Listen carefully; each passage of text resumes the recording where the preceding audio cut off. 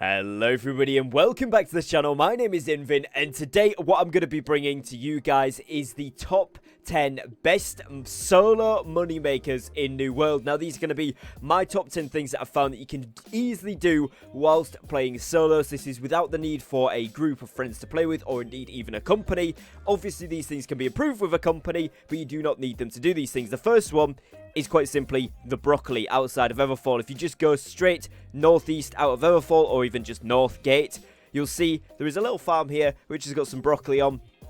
Essentially, this is tier 4 food. It's needed for a lot of the higher end crafting stuff. It's a staple resource in pretty much all of the boosting foods, that kind of thing, as well as obviously just making you satisfying there and your hearty meals. You will need tier 4 ingredients. These are the most easily accessible, as you guys can see here. I've actually got on me from just doing this once before I turn the camera on and once now. 44 broccoli just off literally walking out the gate for 5 seconds. Someone was taking the soul sprouts there, but again, you can easily get some soul motes from those if they're not taking them. Very easy to get.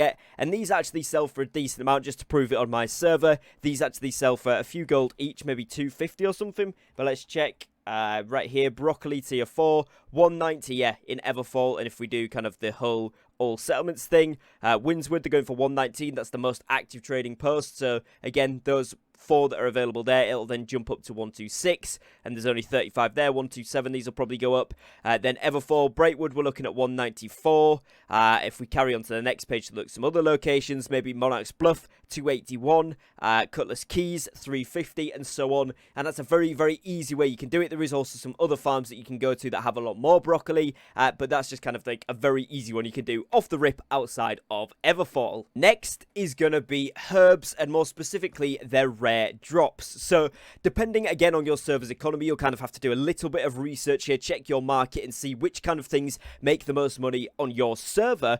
But if we look at something like Tarragon, which is one of the most expensive things on my server right now, these are selling for 21.99 as a minimum, and there's only 90 available at that price, so 20 gold plus per. And again, if we do the all settlements thing right up here, we can see the cheapest ones right now are in Windswood for 15, and that is only 1 available. Then we go up to 18.99, and that is 15 available. 19 at 5, 19 another 14, and another 5 there, so 20 odd at 19. Then up to nearly 20, and there's only 50 available there. Another one 50 there, maybe 100 below 20. Then everything else is over 20. Now, each different rare herb drop location is a unique place. So, for example, to get your hands on Tarragon, you will either need to be in Brightwood or Reek Water. Now, Brightwood, a lot of you guys will probably know there's pretty much zero herbs around there. There's very, very limited amount. But in Reekwater, there is some nice herb drop locations, so you can go there. Other things that tend to be quite popular are things like peppercorn. If we quickly go and check the peppercorn price as well, these are usually a couple of gold each. So for me right now, it looks like it's got a little bit more popular, and these are down to maybe, 0.5, but there is several other things that you can get that are kind of like quite good to get your hands on. Cinnamon is always a good one, as this is used for as well furnishing levels to create the incense. This generally does sell for quite a bit of money, and there you go, 372. And again, cinnamon is Eden's Grove, First Light, and Cutlass Keys. Again, you can get quite a lot in First Light, as in a big amount in First Light of herbs, so you'll be able to get a lot of rare drops if you do go ahead and put a luck set on, and of course have your trophies and stuff activated in your houses as well. Down here towards First Light, literally straight north and to the right of the settlement, right up here, you'll see there's a ton of herbs around, so you can pick up all of these on this part of the island. Very, very quickly, you should get around 20 to 30 cinnamon every 10 to 15 minutes just off the respawns there on those, and it's going to be a good bit of money. So again, take a look at the price on your server, but it's really, really worth doing. Now, another one that sounds very, very silly, but it's very straightforward, is simply raw materials. So things like iron ore is going to pretty much cost quite a decent amount, so 0.19 per. You're looking to get about 10 to 20 per vein that you mine, so you're looking at getting over a gold per vein.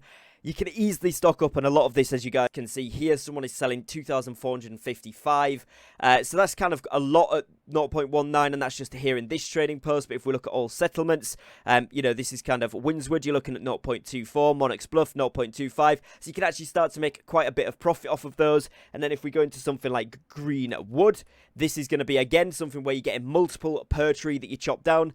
These are going to be 0.08, 0.09, all the way up here, when we get to actually where Everfall is, you're looking at your cheapest one here being 0.13. So again, you've got to take into account the tax in the settlement that you're in, but generally, these raw resources are going to actually net you a decent amount of profit for not a lot of time gathering, so it's certainly worth keeping an eye out for. Now, one kind of bestseller, which I would recommend to you all, is kind of going for the silver veins, and this is a double-edged sword because silver ore actually sells for quite a lot of money, so you can see here, Morningdale is pretty trash prices.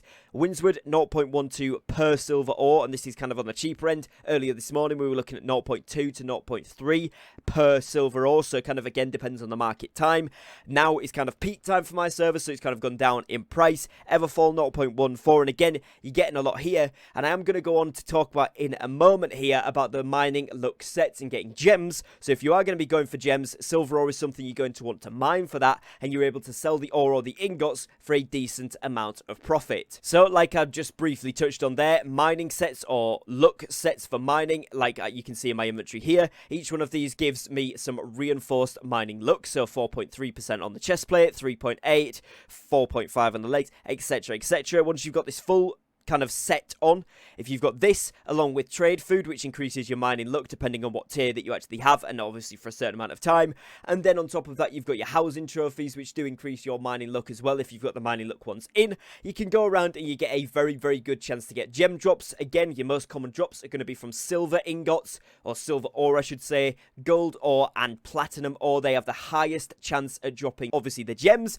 and of course if you are wanting to go for those higher tier gems, the tier 4 and 5s only, then platinum is your best bet because they drop as a minimum tier 4 gems, but obviously have the best chance at dropping those pristine tier 5 gems for you as well, and you can make a very, very good amount of money off of those if you do have a mining set on, luck trophies in your houses, and of course the food on as well. And this goes for any mining opportunity as well, because on top of this, things like mining the star metal, you're going to get those azurite chunks, as you guys will see in here. If I have a look, I think I've got some with me in this place. Yeah, azurite chunks here. These sell for a decent amount of money on my server as well, particularly when you get up to orichalcum. You're going to be pretty much needing all of the red drops for that, either for crafting for yourself, or if you're trying to make money, you're going to sell these for a lot. So always try and wear a luck set when mining orichalcum if you can. There is some locations that are not actually in Merkgard. Obviously, the biggest location is kind of up here in Merkgard. You've got a lot. Also in Scorched Mines, there's an awful lot of orichalcum. But there is some locations further down. Mangled Heights springs to mind.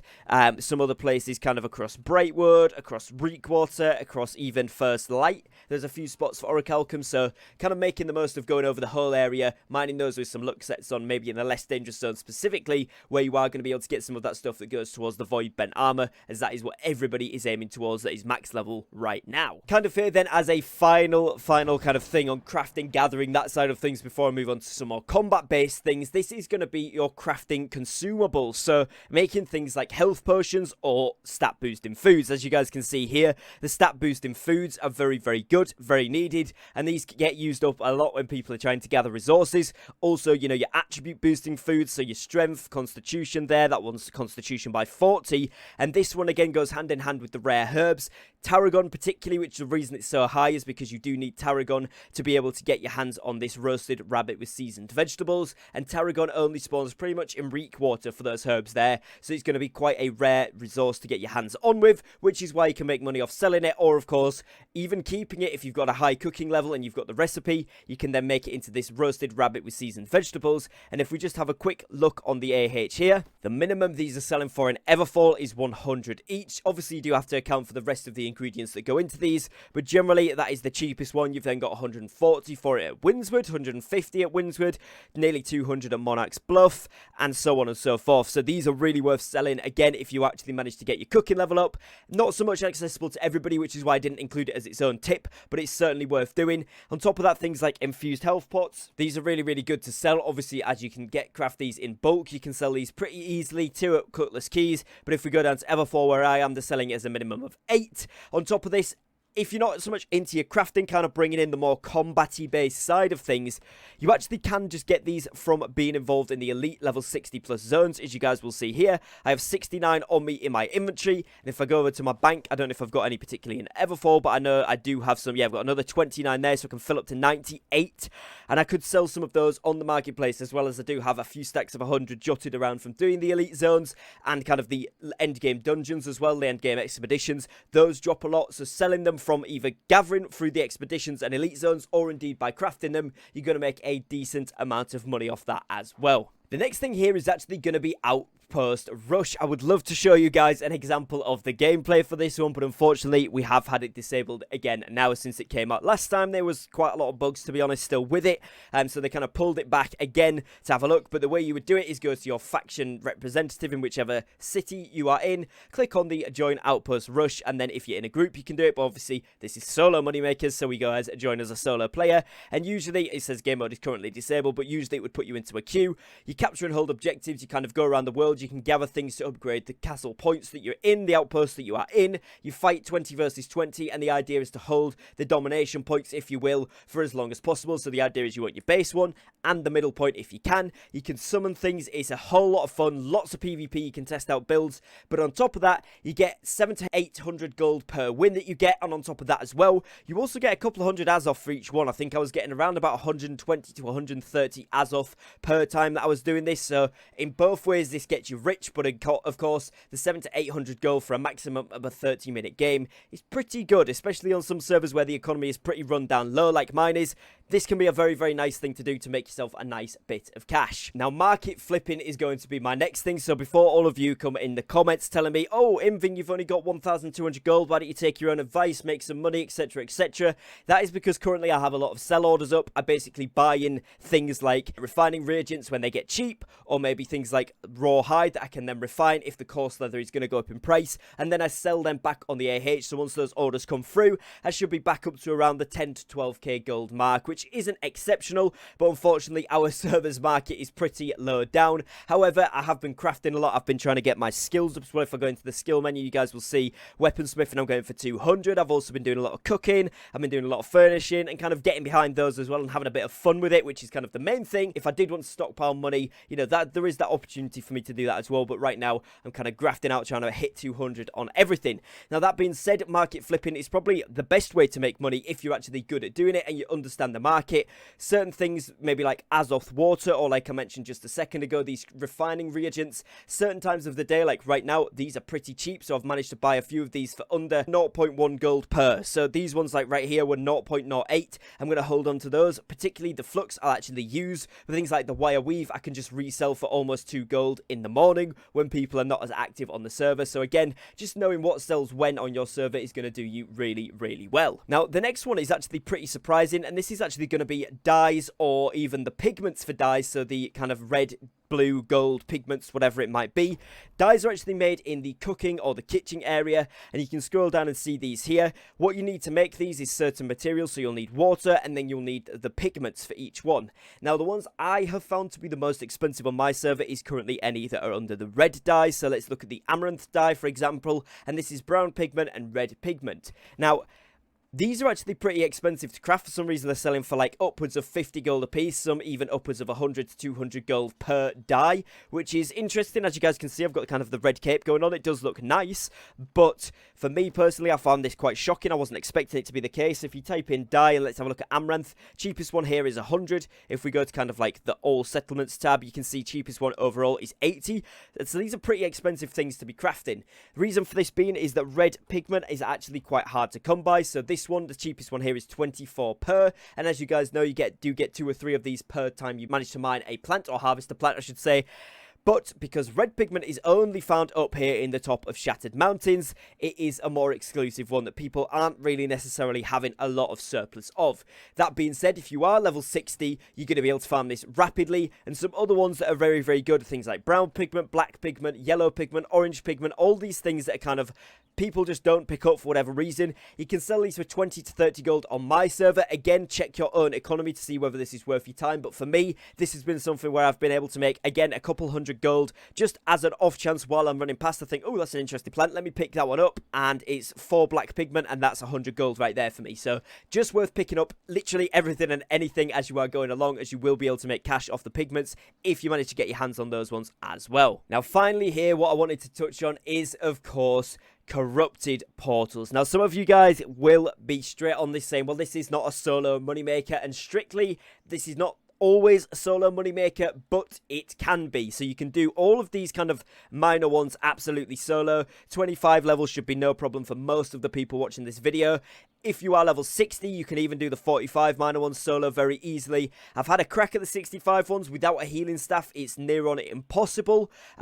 But I think maybe with a healing staff, if you're going like paladin builds, you could maybe do this. It just might take a while. So maybe I would steer away from the 65 level ones doing these solo, because I think they are going to take a bit of time. But certainly the 45 ones, you can go around places like Great Cleave and clear all of these minor ones solo without basically any problems. Again, particularly if you've got that life staff or you've got some food on you, you should be good to go. Now, you can give an attempt at these major breaches solo, but generally you are going to want to find players to do this with.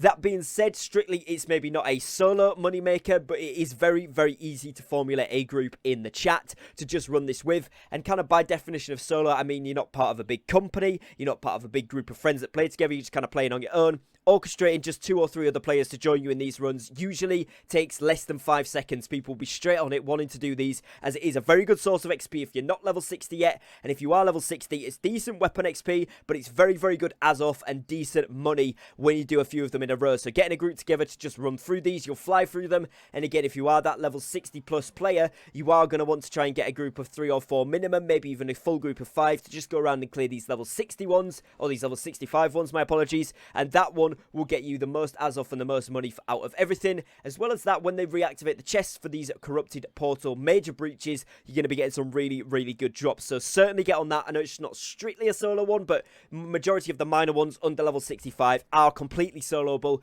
very quick to do, and they make you a lot of money. But if you do want to twinge just slightly out of that solo one, which is kind of why I've left it till the end here, you know, then you can join up for a group for these 65 ones. They're going to be your best option for making money, but it's entirely up to you what you want to do there. So that all being said, guys, that is going to be it for today's video. Hopefully I've given you guys some tips and tricks on what you can do to kind of make the most money as a solo player. A lot of them are kind of focused around gathering and crafting, but that's just the nature of the game. How you're going to make money is kind of through that at the moment. So hopefully, you know, you kind of learned something new, you picked up some tips, or maybe it's stuff that you were doing you didn't know sold for quite as much as it does. So hopefully some of your servers are very similar to mine and you can make some nice money from this. If there is any tips or tricks that you think I've missed, any really, really good money making strategies that you know that you would like to share with us all here as part of the community, drop them in the comments below. It'd be lovely to have some of you guys kind of chatting in there and seeing what you think to all of these money making methods. Other than that, guys, if you are new to the channel, please do be sure to drop a like on it down below, as it really, really does help me out. And make sure you hit that subscribe button with the notification bells on, as I do upload every single day. So I would love to have you here as part of my channel community. It'd be much, much appreciated. Other than that, guys, as always, thank you very much for your time and thank you for watching. Take care and peace.